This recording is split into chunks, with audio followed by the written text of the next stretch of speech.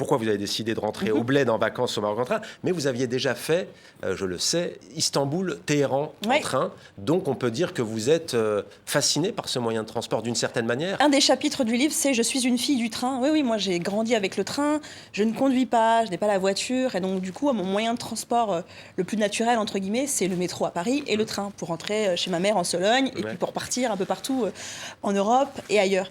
Et donc oui, en 2007, j'étais étudiante à Istanbul. Je faisais ma 4e année de sciences politiques là-bas, et les examens étant terminés, je me suis dit, qu'est-ce que je vais faire ?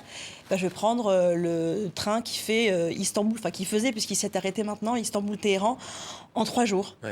Et j'ai fait connaissance avec des familles iraniennes qui, du coup, elles étaient parties à Istanbul pour souffler, parce que c'est pas facile à Téhéran, surtout quand on est une femme.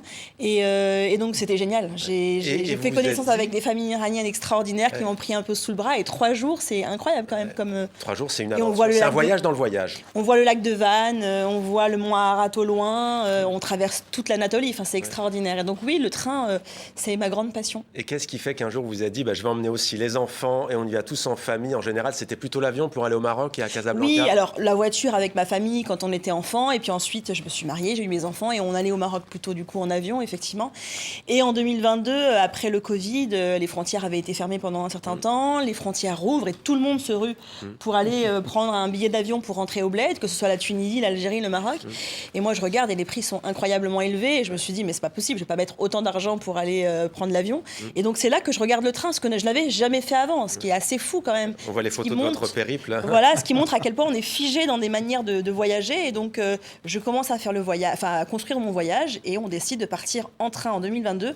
Et depuis, on ne fait que ça. Donc, tous les ans, quand on rentre au Maroc, on prend le train et on change les itinéraires, parce que c'est ça qui est génial avec le train. Et je précise que Nassir El Moadem ne prend plus jamais l'avion. C'est tout à votre honneur. C'est quand même plutôt rare. J'ai abandonné l'avion. Plus du tout l'avion. Donc, du coup, ça pose plein de questions aussi pour le boulot, parce que quand on est journaliste, on a besoin de se déplacer parfois. C'est compliqué. Et voilà, c'est une décision. Une épopée au rythme des rails, des pique-niques pour renouer avec l'essentiel, la route, la famille, les souvenirs d'enfance. Ce qui est très important, c'est aussi que vous, c'est vraiment ce que vous faites aujourd'hui, un guide récit pour voyager autrement. Et ça aussi, c'est quand même assez tendance.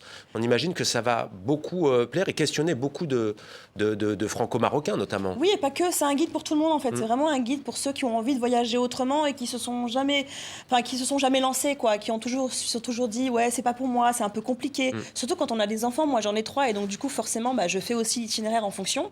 Et puis on s'arrête beaucoup aussi, donc on choisit les arrêts en fonction de ce qui est plus facile pour une famille.